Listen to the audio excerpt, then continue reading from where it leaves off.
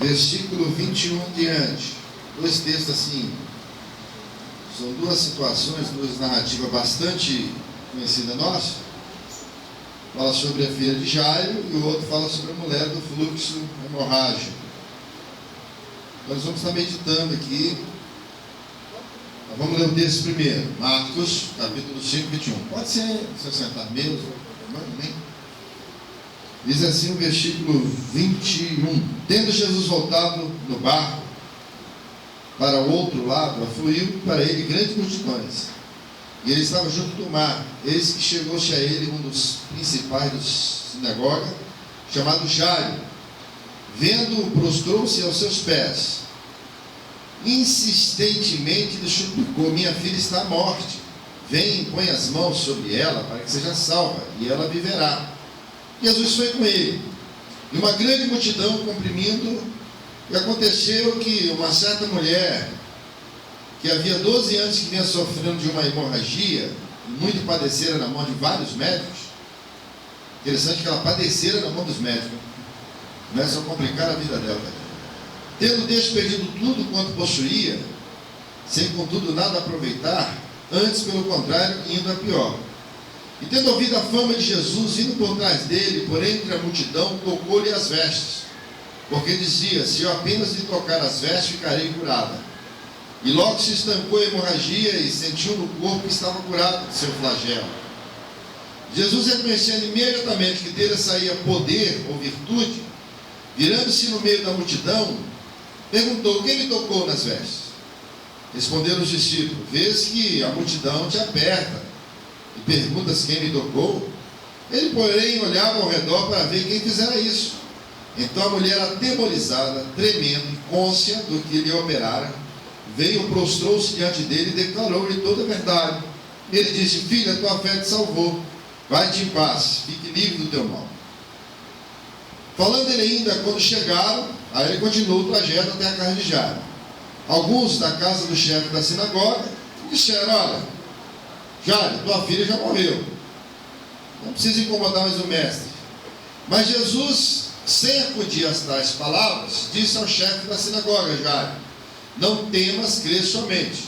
Contudo, não permitiu que alguém o acompanhasse, senão Pedro e os dois irmãos, Tiago e João.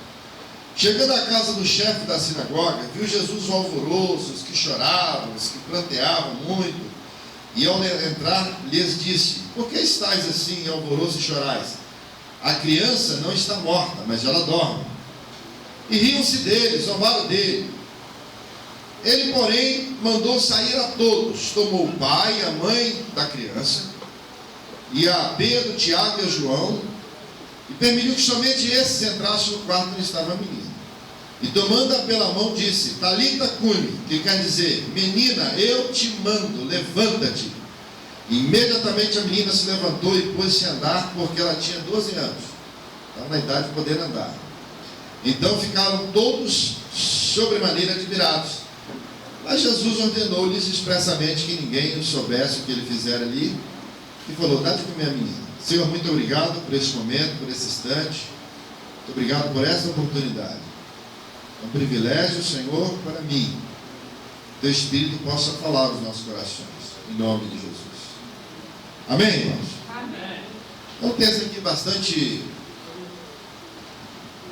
conhecido. E procurando o relógio, mas ele foi arrebatado. Alguém tem um celular que possa emprestar, que não seja de Fabiana e Cláudio? Vamos controlar ali. Não trouxe o celular, pai. São tantas emoções.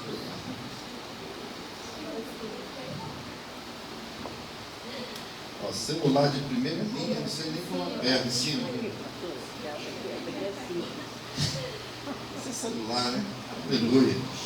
Ora mais para Jesus não desça. Tema da mensagem é caminhando no Evangelho, e com o Evangelho que eu faço a missão. Diga para o seu irmão: é caminhando no Evangelho, e no Evangelho que eu faço a missão. Amém? É caminhando no chão do Evangelho, na terra dos viventes, e a gente faz missão.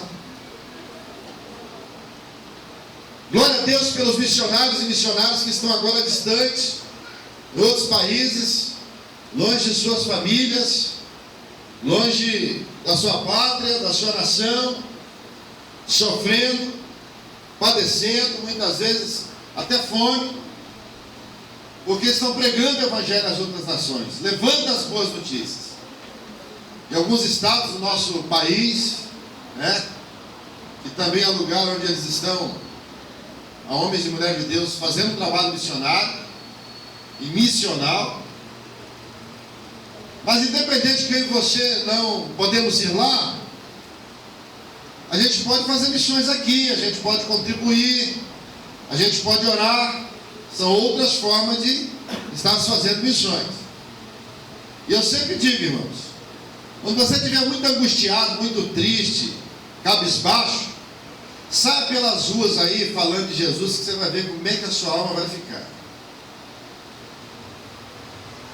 Vai surgir uma alegria indizível e divina do céu de Deus no seu coração, que você nunca experimentou. Porque a esterilidade espiritual, ela nos mata. Mas a Bíblia diz que quando alguém vem até Jesus, a festa no céu. E quando você consegue anunciar o Evangelho para alguém, quando você fala do Evangelho para alguém, há uma alegria indizível do Espírito Santo no seu coração. Eu já tive a experiência de estar falando com um, dali a pouco tinha 10 me ouvindo. Eu tive a experiência de estar numa sala de aula falando para uma pessoa, dali a pouco a sala inteira estavam parados e ouvindo. E o professor lá de física, ei, o que é isso aí? Eu falei, isso aqui não é nada, é boas notícias, se eu quiser também pode vir. Então, gente, é no chão do Evangelho, é na caminhada do Evangelho, nessa terra dos viventes, que a gente vai fazendo a missão. A gente vai anunciando as boas notícias. E se você tivesse esse privilégio de poder ir a outros estados, a outras nações, anunciar o Evangelho, louvado seja o nome do Senhor, vai. Amém? Jairo, irmãos, a palavra diz que ele era um dos principais da sinagoga. O outro evangelho fala que ele era um dos chefes da sinagoga, ou seja, ele era aquele homem responsável por uma sinagoga, ou sinagogas. Porque a sinagoga, depois daquele advento dos filhos de Salomão, que dividiu tudo, se falava templo. Após isso, eles foram para o cativeiro, e essa questão de nome templo foi substituído por sinagoga. Era agora um lugar de adoração, um lugar onde se buscava Deus, se recebia a palavra de Deus, a orientação de Deus. E ele era um camarada letrado, no sentido de teologicamente conhecia a teologia cristã como ninguém, porque ele era chefe lá, ele era, vamos botar hoje assim, um pastor, um bispo. Ele comandava os demais líderes da sinagoga. E a palavra diz então que estava proibido qualquer judeu de seguir a Jesus, de ouvir Jesus e de parar para escutar Jesus. Agora imagina, e essa ordem vinha principalmente da sinagoga. Imagina agora um dos chefes das sinagogas vem até Jesus pedir socorro. Jairo, irmãos, no latim, que é a língua mãe do português, quer dizer Jair, parente da missionária Ida, né? Mas no hebraico também ele quer dizer aquele que é iluminado. Ele não era um camarada alienado, como muitos de nós somos.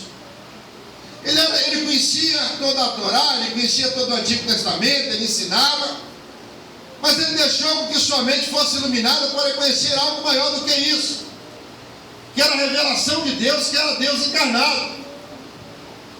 Às vezes a gente fica parado nas quatro paredes, a gente perde o privilégio de conhecer coisas grandes e firmes que Deus revela, que Deus está fazendo, que Deus está realizando. A gente perde esse privilégio porque a gente fecha, a gente fecha a nossa mente naquele mundinho de conhecimento que a gente tem e a gente fica bitolado aquilo.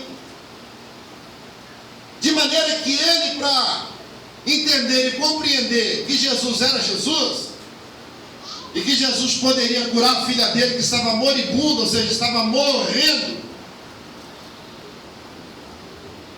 E outro texto fala, o evangelista fala que ela estava miseravelmente doente. E outro texto fala que a filha dele já estava morta. Mas essa maneira de descrever a situação foi uma maneira que cada evangelista queria comunicar para os seus leitores. Mas na verdade, quando ele saiu de casa, ela ainda não tinha morrido. E ele fala assim: a minha filha está miseravelmente moribunda, ela está morrendo. Ele colocou a sua posição de chefe líder da sinagoga em jogo. Ele colocou a sua carreira ministerial como teólogo, como líder da religião judaica em jogo. Ele colocou a sua reputação pessoal em Israel em jogo. Ele colocou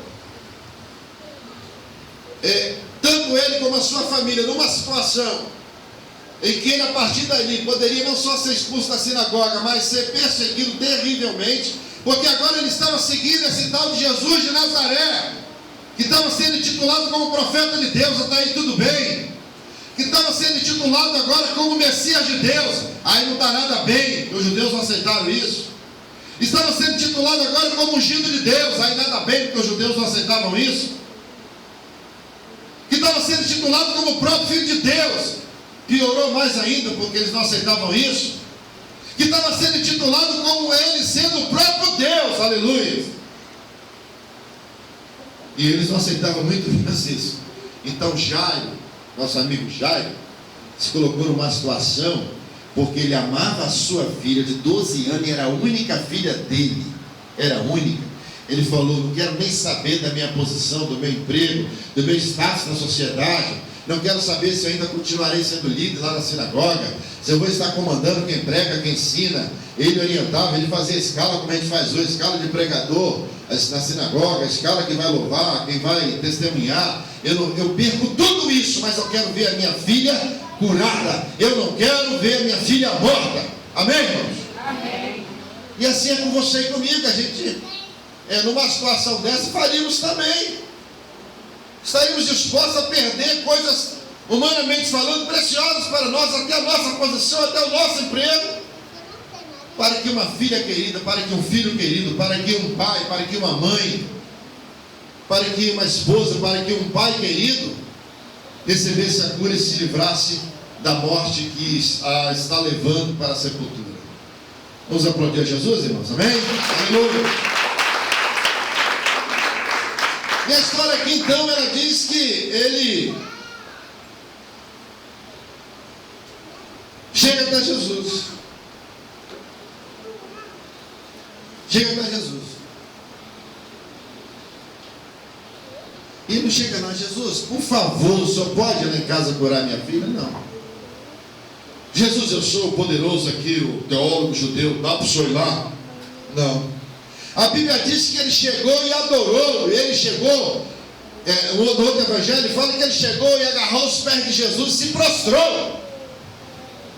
Jesus não tinha, irmão, na época dele, o reconhecimento, vamos dizer, oficialmente, pela religião judaica ou romana, como um teólogo, como um profeta, como um pregador. Ele não tinha. E agora o líder da sinagoga, um dos líderes da sinagoga, poderoso Jairo da sinagoga, se dobra e se humilha diante de um homem que era chamado filho de um carpinteiro chamado José. E a Bíblia diz que ele, quando ele vem, ele se dobra diante do Senhor. Ele fala: Senhor, a minha filha está miseravelmente, Senhor, doente. Os médicos, já levei os médicos, eles disseram que ela vai morrer, e eu quero a cura da minha filha. Porque eu sei, já ouvi o testemunho do Senhor, e eu sinto na minha alma, na minha parte subjetiva, de que o Senhor tem todo o poder nos céus e na terra. Louvado seja o nome de Jesus. Vamos aplaudir o Senhor. E a palavra diz então que ele se humilha. Se dispõe a perder muitas coisas, ele se humilha diante do Senhor. Jesus falou: legal, eu vou lá. Mas a gente faz tanta complicação para receber o milagre de Deus. A coisa é simples, né? A Clã não tem dificuldade comigo para pedir alguma coisa. Ela às vezes ouve muito não, porque às vezes eu não posso dar e às vezes não devo dar, né? Mas ela chega para eu quero isso. É assim com Deus, irmãos. Entendeu? Eu vou ficar, sei lá, eu vou vir de joelho lá de Consolação aqui para depois eu pedir alguma coisa a Deus. Pede sentado no ônibus, pede em pé no ponto, pede ali bebendo água, se não estiver na hora do culto. É simples assim, uma relação de filho e pai que se mexe. Só pedir, em nome de Jesus. E que seja a vontade do Senhor, amém, velho? Aleluia, né? Sempre esquecer, Senhor, segundo a tua vontade. É simples assim. E Jairo fez isso. Havia essa revelação no seu interior, havia essa revelação na alma dele. De maneira que Jesus falou, legal, eu vou lá. E a Bíblia diz que havia uma multidão já atrás de Jesus. Onde Jesus estava, a multidão estava ali. Os discípulos juntos, até eu acredito, gente, dá licença, deixa ele passar, deixa ele ir. E não havia ali, irmãos, dezenas não, tá? Centenas eu posso afirmar. E certamente havia milhares. Que já tinham visto coisas extraordinárias que eles nunca tinham visto na vida deles. Viram apenas, com os olhos lendo, escritos antigos. Agora aparece esse homem, depois de mais de 400 anos, o primo dele, chamado João Batista, vem e começa a pregar, arrependemos e seja batizado, porque tem vindo um aí que é maior do que eu, e eu não sou digno de tirar a sandália dos pés dele. Ele é maior do que eu. E quando ele vier, eu vou desaparecer, ele vai crescer. O primo dele pregou, foi o precursor. A voz clamava no deserto. O povo já havia mais de 400 anos que não ouvia a voz de Deus. Não tinha homem de Deus, nem mulher de Deus, que Deus silenciou-se com ele. Deus falou, vocês estão com história? Vou ficar um tempo sem falar com vocês. E agora surge João Batista como um trator. E ele veio pregando mesmo forte. Como o pessoal fala aí, né? Forte, né? Arrependei-vos e sejam batizados para perdão dos vossos pecados. E quando os fariseus tentaram encará-los, os saduceus e outros, ele falou, vocês são raça de víboras. Quem vos ensinou a fugir da ira vindoura? Porque ela virá um dia. O julgamento virá um dia. A gente brinca, mas na hora que a gente estiver naquela situação que a gente sabe que é a última respiração, talvez é a última vez que você vê a luz nessa existência, talvez é o último momento que você vai ouvir a voz da sua mãezinha, do seu paizinho, ou dos seus filhos, se você tiver tempo para isso. Talvez é a última vez que você possa, talvez, ver aquela bonitinha, aquele bonitinho. Você vai correr para quem? Pastor Primo, me ajuda. Pastora Rita. Fala para o seu irmão, vamos correr para Jesus. Mas não nessa hora. Vamos correr aqui e agora. Para que quando a hora chegar, sejamos tranquilos. E aí, Jesus, tem uma coca aí no X-Tudo? Estou indo legal para o Senhor. Amém? Vamos aplaudir a Jesus? Amém? Vamos preparar agora. A palavra Jesus quer dizer um eterno que salva. Ele salvará o seu povo dos seus pecados. Ele salva dos seus pecados. Para que ficar ainda aí escondendo? Para que ficar aí? Como disse, o crente começa a aprontar, ele sentava aqui, daqui a pouco ele está na segunda, na terceira, daqui a pouco ele está lá na rua, daqui a pouco ele está lá na rua. E o culto que eles evitam vir, principalmente, é o culto de oração. Deus me livre aí no culto de oração, porque de repente Deus pode revelar para alguém o meu pecado, o meu problema, eu dou no sal. Todas as vezes que eu tive dificuldade, o que eu falei diante do Senhor, a coisa que eu mais fiz foi para o culto de oração. me acertar com o Senhor, orar ao Senhor. Às vezes fui lá nem para falar nada, só ficar de joelho chorando. Senhor, tem misericórdia, me quebranta de novo. Eu peço como Davi, não retire o teu espírito de mim, a alegria da tua salvação de mim, Senhor. Não importa a presença do homem, da mulher, da esposa, dos filhos, das filhas, mas a tua não posso perder, Senhor. É o culto que deveria mais, irmãos, participar, porque a gente sai como gigante espiritual, fortalecido, robustecido, e o Golias, que tem lá seus metros de altura, ele fica um camundongo cheio diante de nós. Lembra, quem é aqui mais novinho, né? Lembra daquele filme aí da fantasia? Olha aquele filme lá esperando todo mundo chegar de avião, né? E era Tatu o nome do menino, né? Do baixinho, miudinho, só levando não ainda, na sua época não, né? Uns 100 anos atrás. E aí recebia o bichinho desse tamanhozinho, de palidozinho, prazer, pode entrar na ilha da fantasia, prazer. Golias fica desse tamanhozinho, né? Desse tamanhozinho. É só você dar um sopro, o bichinho caiu. Como foi falado hoje de manhã, né? O pastor João Batista Aguiar, que está em Teixeira de Freitas, né? SD, eles quando ele bota no meu Face lá, é uma estratégia que eles têm de sem palavra, sem oração. O microfone desconverteu. Desconverteu, aleluia! Ele desconverteu, gente! Ele desconverteu. Sem palavra, sem oração, não vai ter café, não vai ter almoço, não vai ter janta. Bota isso como propósito na sua vida.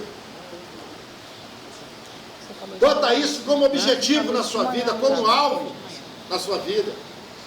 Você vai ver que os problemas do dia a dia serão pequenininhos. Aleluia. O outro também, vamos fazer oração para esse microfone depois. João Wesley orava pelo cavalo dele quando ficava com febre, doente.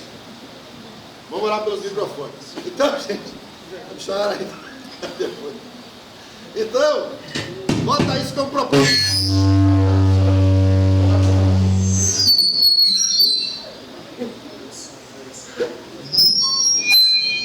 Esquece, irmãos, o microfone. Vamos focar aqui. Deixa a folhita, está com ele na sua mão. Amém? Varão, se não der, esquece. E a palavra já está no coração aqui, não precisa nem ficar olhando o texto, só presta atenção. Aí Jesus continua indo em direção, com Jairo, à casa da filha. Alô. Quando a filha estava doente. 2, 3. De maneira que, quando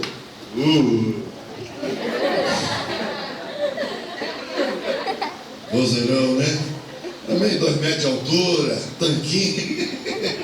Você sabe a Fabiana, ela. E diga que eu não sou tanquinho para ver. Aleluia. Então, quando Jesus então prossegue com Jairo. Vamos lá, Jairo, vamos lá ver como é que está a sua filha, né? Quando ela está caminhando, a multidão apertando, aquele monte de gente ali. Vocês imaginam, quando o Valdomiro Santiago vem pregar aqui, ele tem que dar uma pousada de helicóptero, ali fica uma coisa intransponível. Agora imagina Jesus. Ele andou sobre o mar. Ele ressuscitou um cadáver lá outro dia naquela cidade e tal. Imagina Jesus. Então todo mundo ali apertando e Jesus andando. E aquela mulher, ela vem e ela pensa, olha, eu fiquei sabendo desse Jesus. E ela teve na alma dela a revelação de que Jesus podia curá-la. Ela estava sofrendo há 12 anos. Interessante. A menina tinha 12 anos. 12 é um número significativo na Bíblia. A menina tinha 12 anos. A mulher sofria 12 anos. Os apóstolos foram 12. 12 tribos de Israel. 12 mais o que? Alguém lembra aí? Tem mais 12 por aí. 12 é um número bastante significativo. Assim como 6 é o número do homem. 12 é um número bastante significativo. Das 12 tribos de Israel. A menina tinha 12 anos. Essa mulher tinha 12 anos que ela estava sofrendo uma hemorragia que não acabava nunca. Já estava anêmica, isquêmica, estava toda estourada. Já havia outras doenças e enfermidades nela por consequência de estar com aquela hemorragia que não cessava nunca. Até um milagre essa mulher ainda está viva, porque era 12 anos liberando sangue. Era hemorragia crônica. De maneira que a palavra fala que ela gastou os seus dinheiros, os seus haveres com os médicos. E ela não consultou só os médicos, ela consultou todas as outras coisas que tinha na época. Consultou o João de Deus, ela foi atrás do João sem Deus, ela foi atrás de tudo quanto é coisa. Ela foi atrás do que é santo, do que não é santo, ela foi atrás de tudo quanto é coisa, pegou ervas medicinais. Como a medicina naquela época ela era muito criança, muito restrita ainda, sem um conhecimento mais avançado, uma tecnologia como tem hoje, a palavra diz que os próprios médicos que trataram dela complicaram mais a saúde dela do que ajudaram ela. Vocês podem olhar o texto depois e analisar. Depois você vai lá para Lucas também, você vai ver a confirmação disso aí. De maneira que 12 anos a mulher liberando sangue. E ela falou, e ela pensou, vou tocar nesse homem. Vou tocar nele e eu serei curada. Diga para o seu irmão, você tem que tocar em Jesus. Toque nele com fé, fala para o seu irmão. Porque a tua fé é a sua fé que te salva. Viu? Ela falou, vou tocar nele e eu certamente serei curado. Eu creio nisso, eu acredito nisso, eu confio nisso. E a palavra diz então que ela foi por trás de Jesus e agarrou nas vestes de Jesus. Amém? Agora, por que ela foi por trás? Porque ela não foi de lado, porque ela não foi de frente. Porque lá em Levíticos, irmão, diz o seguinte: naquela época, botar para trás ali, até naquela época ainda prevalecia, a mulher quando estava menstruada, ela não podia, ninguém podia tocar nela, nem o marido. Se ela sentasse nessa cadeira aqui, alguém sentasse, essa pessoa teria que ficar o dia todo sendo purificada. A discriminação com a mulher em relação à lei judaica foi uma coisa assim muito horrorosa. Peguei num vídeo lá falando talvez uma coisa parecida com isso. Mulher era a última que falava, primeiro que apanhava. Alguns teólogos judeus até diziam que mulher não tinha alma. Não tinha alma. Mulher não podia estudar, não podia trabalhar, só servia para gerar filhos, lavar, passar, cozinhar e criar esses filhos. Deus abençoado quem tinha que voltar para essa época, né? Voltar para essa época. Agora eles tinham que ser ricos igual Davi, Salomão. Aí você poderia ter até 1000 como Salomão teve. Não é isso? Até hoje lá nesse mundo oriental, dependendo do país, você pode ter quantas mulheres quiser, mas você tem que dar a cada uma o que cada uma precisa para sobreviver. Um palácio para cada uma, riqueza para cada uma. E aí, você tem essa condição? Vamos aplaudir Jesus, irmão.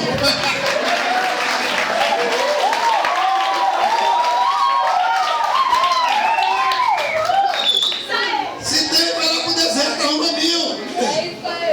Mas todo mês você dá 1000 para cada uma, 1 milhão para cada uma, dá um palácio para cada uma. É isso aí, dá a melhor Ferrari para cada uma. E não deixa a sua querida ir para o salão. O salão vai até ela, o médico vai até a casa dela, o palácio dela. E contrata alguém para cozinhar, passar e levar para ela.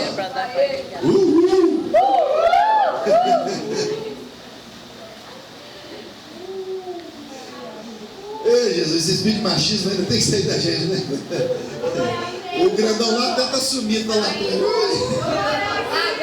Jesus libertou as mulheres, vamos aplaudir a Jesus por isso. Ele emancipou vocês das garras dos homens, que não tratam vocês como deveriam tratar, exceto os homens dessa igreja que são abençoados. Não é varão com a irmã atrás, o atleta, é o senhor mesmo. Ele olhou até para lá. Osber! Aleluia, Osber! Aleluia!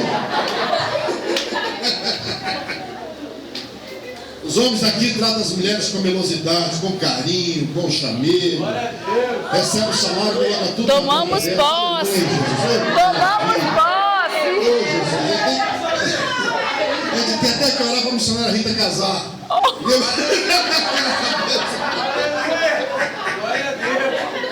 Você também fica rindo aí, Loura. Você está se liga. Se liga no mistério. Então...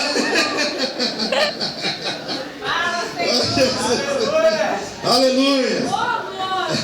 E aí a mulher falou assim, a mulher tocou em Jesus por trás. Por quê, irmão? Levítico dizia, quando a mulher estivesse nos seus dias de costumes, né, de menstruada, ela tinha essa discriminação. Ela tinha que dormir numa cama isolada, porque se o homem dormisse também numa cama com ela, ele tinha que ficar o dia todo se purificando. Era uma discriminação horrorosa. E a Bíblia, em Levíticos, fala que se a mulher tivesse uma hemorragia constante, igual essa que estava há 12 anos, ela não podia ficar nem no meio do povo, irmãos. Essa mulher veio com capuz, ela veio toda escondida. Porque o que iria acontecer com ela seria um apedrejamento, ela seria apedrejada. Tocou no profeta de Deus. Jesus já estava considerado profeta, homem de Deus, filho de Deus, Messias de Deus. Para alguns ele já era. Então ela veio por trás, porque ela conhecia a lei, ela conhecia o livro de Levíticos. Mas ela ia chegar diante do profeta chamado Jesus, que fez milagres que os demais atrás nunca fizeram. Iria, Senhor, eu vou tocar no chão. Na hora eles iam apedrejá-la. E a Bíblia diz que Jesus falou, alguém está me tocando. Mas Senhor, tem centenas, não tem milhares. Como é que só pode alguém te tocou? Ô Jesus, o senhor não está ligado no mistério, não? É tanta gente te apertando, segurando, querendo tirar um pedaço do Senhor. Pelo amor de Deus, todo mundo está me tocando. Ele falou, não, alguém está me tocando desinteressadamente, nos bens materiais que eu possa dar, nos pães que eu possa multiplicar, nos peixes que eu possa multiplicar. Alguém está me tocando, independente que você mandar, vai lá no rio, estende a vara, o primeiro peixe que você pegar vai sair R$1.000. Não é alguém que está interessado só nos bens materiais, porque muita gente quer o milagre, mas não quer o dono do milagre, que é Jesus. Alguém que tocou com fé, com esperança, com expectativa, acreditando que eu vou realizar o que essa pessoa precisa. Alguém me tocou diferente, que saiu virtude, saiu poder, saiu dínamo de mim. A palavra, irmãos, poder quer dizer dínamo, quer dizer poder de Deus. É o próprio Espírito Santo que saiu dele e tocou naquela mulher. E agora, irmãos? Ela estava entre a cruz e as pedradas. Sou eu, Jesus. Toma pedrada se ela falasse. Mas ela teve peito e falou. A Bíblia diz que ela estava toda trêmula e côncia. Quando Jesus olhou para trás, ela disse, Senhor, fui eu. E explicou toda a situação dela. Eu sofro há 12 anos. É uma hemorragia horrorosa. Os ginecologistas estão resolvendo meus problemas. Senhor, tem um médico especialista em sangue, não conseguiu resolver. Eu sei que se o Senhor agora disser, você não poderia me tocar, mulher, porque você é uma mulher imunda, a multidão ia matá-la na hora. Jesus fez o que com ela? Filho, tua fé te salvou. Vai em paz, está curado. Amém? Vamos aplaudir o Senhor. Preciso falar com você. Filho, tua fé te salvou. Vai em paz, você está curado, libertado, abençoado. E a história dessa mulher termina no caminhar, Jesus fazendo a missão, fazendo missões, e ele chega até a casa de Jairo. Chega lá, estava uma festa assim maravilhosa, irmãos. Naquela época era diferente da nossa época hoje, a cultura deles, né? Quando alguém morria numa casa de um judeu, existia um grupo, olha se esse grupo morria, que existisse no Brasil. Aqui em Vitória já dá para ganhar muito dinheiro. Porque aqui tem um DML na Grande Vitória, mas no Rio de Janeiro é quase que um por bairro. É quase um DML por bairro. Existia um grupo, que a palavra é meio complicada, se a missionária ainda lembrar, me ajude aí. A palavra ela é uma palavra meio assim, não muito usual. Eu escrevi ela aqui. Carpideiras. Carpideiras. Esse grupo, irmãos, quando morria alguém, era a profissão deles. Eles pegavam um violão, era a profissão deles. Chamavam o Eduardo pegava o teclado, ele era carpinteiro. O outro pegava a bateria, o outro pegava o baixo, o contrabaixo, ia para a casa da pessoa que morreu e via, ó. E Jesus falou: que alvoroço é esse? Que enquanto uns riam, outros choravam, outros gritavam, mas era a missão deles. E eles recebiam, a família tinha que pagar. Hoje nossos velórios aqui na nossa cultura é complicado. E gente vai no velório só para tomar todos. E aí, trouxe a meiota, amigo? Ele era gente boa, o cara não, desculpa aí, o cara não era boa coisa. Depois que morre, fica bom. Depois que morre, todo mundo fica legal, né? Tem gente que vai só para tomar uma meiotazinha. Morreu ali no bairro do seu João Primo, vão lá porque deve ter uma meiotazinha lá para nós, deve ter uma 51. Aí vai se dar mal, no meu velório, pelo amor de Deus. Só banana prata, que suquinho. Que suquinho daquele antigo. Pelo amor de Deus. E aí Jesus chegou a dar aquela festa, eles tocando, uns chorando, outros se alegrando, e pá, é questão cultural, irmãos. Jesus falou: gente, e outros falaram: todo esse movimento que é normal por causa da morte de alguém, pode cessar. Mas a menina morreu, Senhor. A menina está morta, Senhor. Ele falou: não, ela não morreu, ela está dormindo. A Bíblia diz que eles começaram então a zombar de Jesus e a gozar da cara de Jesus, porque a menina estava morta. O médico já tinha ido lá, tinha sido diagnosticado, ligaram lá para o São Lucas. O presbítero que estava de plantão deu uma força: vai lá, eu conheço já, entendeu? Ah, o médico foi mais rápido, não tem pulsação mais, o coração parou, está tudo, os órgãos vitais pifaram mesmo. Deus falou: vocês estão fazendo uma festa inútil, ela não está morta, ela morreu. Morreu não, ela está dormindo. Ela está no sono. Jesus não fala morte. Olha, explica, veja bem no Novo Testamento que ele fala: nós não morremos, nós dormimos no Senhor. Diga para o seu irmão: nós dormimos no Senhor. Nós dormimos no Senhor. Ele fica apavorado, quem deve estar apavorado com morte, quem está lá fora sempre o Senhor. E aí eles começaram a rir e zombar dele. Sabe o que ele fez? Todo mundo para fora da casa. Botou todo mundo para fora, irmão. Todo mundo para fora. Não quero vocês comigo porque vocês são contrários à fé, vocês são contrários ao milagre, vocês são contrários à operação de Deus, o Deus da vida que dá vida. Todo mundo para fora. Eu só quero a mãe, o pai, Pedro, João e Tiago, porque João e Tiago eram irmãos. Então esse foi o milagre que ele permitiu só os três juntos. A transfiguração, só os três estavam juntos. E teve um outro milagre, não estou lembrando agora, que só os três também Jesus permitiu que estivessem juntos. Porque, irmãos, pelo amor de Deus, quando você sai fazer a obra, se você sai com uma pessoa, ainda que seja crente, e que ele é incrédulo, ele vai atrapalhar e dar uma legalidade para o diabo atrapalhar a missão que você está fazendo. Então eu prefiro ir sozinho. E Jesus sabia que os demais discípulos estavam em condição de ir com ele àquela casa para realizar aquele milagre. E achei a multidão incrédula que estava lá. Já tinham comido bolo de fubá, bolo de banana, já tinham comido torta, já tinham tomado café não sei quantas vezes com leite. A coisa estava boa. Ele veio e acabou com a festa dele. O carro da funerária já estava lá fora. Ele falou: gente, funerária, pode ir embora. Poxa, mas eu cobrei 3 mil aí para levar o cadáver. Esse serviço você não vai fazer. Ele falou: Pedro, Tiago, João, entra comigo. Vamos entrar aqui. O resto sai tudo da casa. A mãe e o pai, vão lá. E ele chegou até o corpo daquela menina já frio e gelado. Ele olhou para aquele corpo. Não ficou igual a gente. Quem tem autoridade precisa disso. E esse microfone hoje está testando a minha paciência. Olha para mim. Aleluia!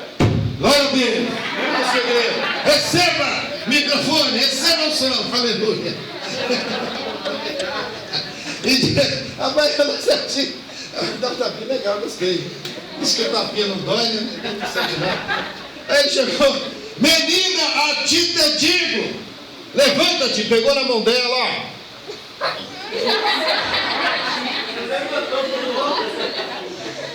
A menina levantou, voltou à vida.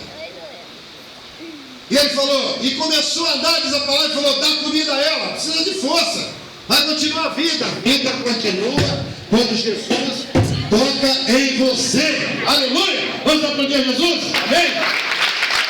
Por isso que os microfones estão querendo para continuar com vida.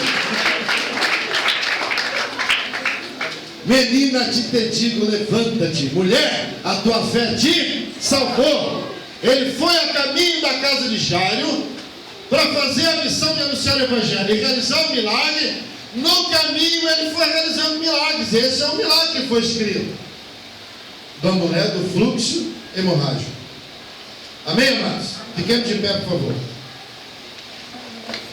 Enquanto caminhamos, nós vamos fazendo missão, anunciando o evangelho do Senhor. Enquanto nós estamos em outro estado, em outro país, oremos, vamos contribuir para as pessoas que estão fazendo. Feche seus olhos agora e pense, é a tua fé que te salva. E a ordem dele foi, levanta-te, levanta-te, Talita cum, levanta-te, levanta. Se você se levantar agora, o milagre vai acontecer. É preciso haver uma atitude sua. É preciso que você creia, como aquela mulher creu. Mulher, a tua fé te salvou. Segura na mão da pessoa que está ao seu lado agora. Segura. Feche seus olhos.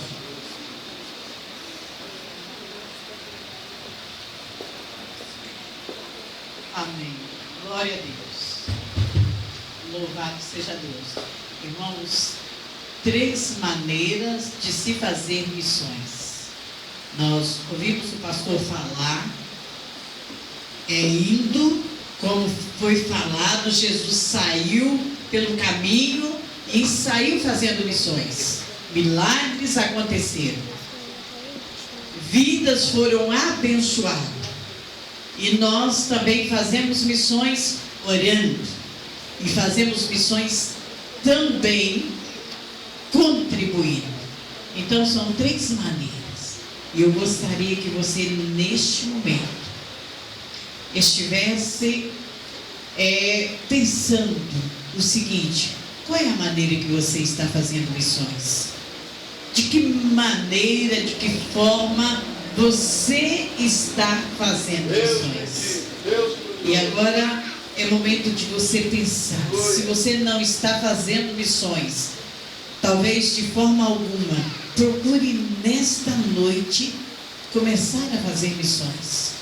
Contribuindo com a obra de Deus, nós estamos fazendo missões. Orando, nós estamos fazendo missões. E levando a palavra para outras vidas, também estamos fazendo missões. E nós queremos orar por você neste momento. Queremos pedir a bênção de Deus sobre a sua vida. E que cada um de nós que aqui estamos nesta noite, possamos dedicar as nossas vidas para fazer missões. Aleluia. Nós podemos fazer missões dessas 3 maneiras. Podemos ir e fazer missões, indo, caminhando, pregando o evangelho.